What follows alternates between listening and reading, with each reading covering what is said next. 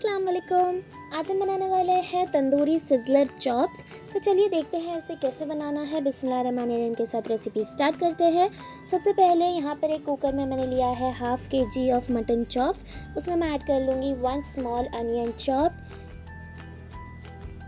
1/4 teaspoon हल्दी powder, 3 tablespoon of curd, 1 tablespoon of ginger garlic paste, half teaspoon salt and 1/4 cup water डाल के हम इसे 2 whistle ले लेंगे।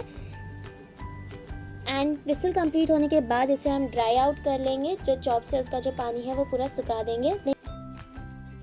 यहाँ पे मैरिनेशन के लिए मैंने लिया है हाफ कप हंग कर्ड। उसमें ऐड कर लूँगी 1 tablespoon green chilli paste, 1 tablespoon of tandoori masala powder, half teaspoon of black salt, half teaspoon of chaat masala powder and 1/4 teaspoon of normal salt.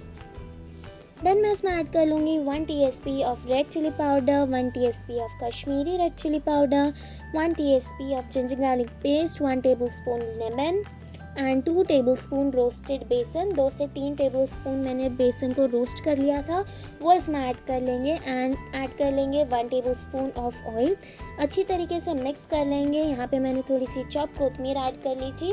Mix करने के बाद हम इसमें ऐड कर लेंगे चॉप्स, हमारी जो बॉइल्ड चॉप्स थी। एंड इसे हम लगभग आधे से पौने घंटे के लिए मैरिनेट होने के लिए फ्रिज में रख देंगे।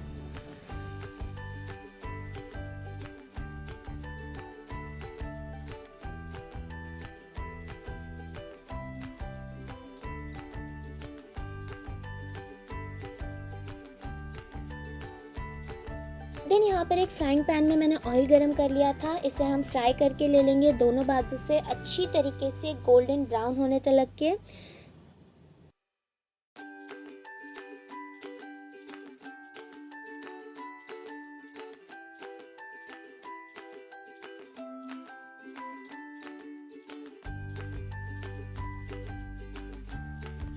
यहाँ पे मैंने सिज़लर प्लेट तैयार कर दी थी गरम करने के लिए। इसमें बटर ऐड करके कुछ वेजिटेबल्स ऐड कर लिया था, कांदा एंड कैप्सिकम।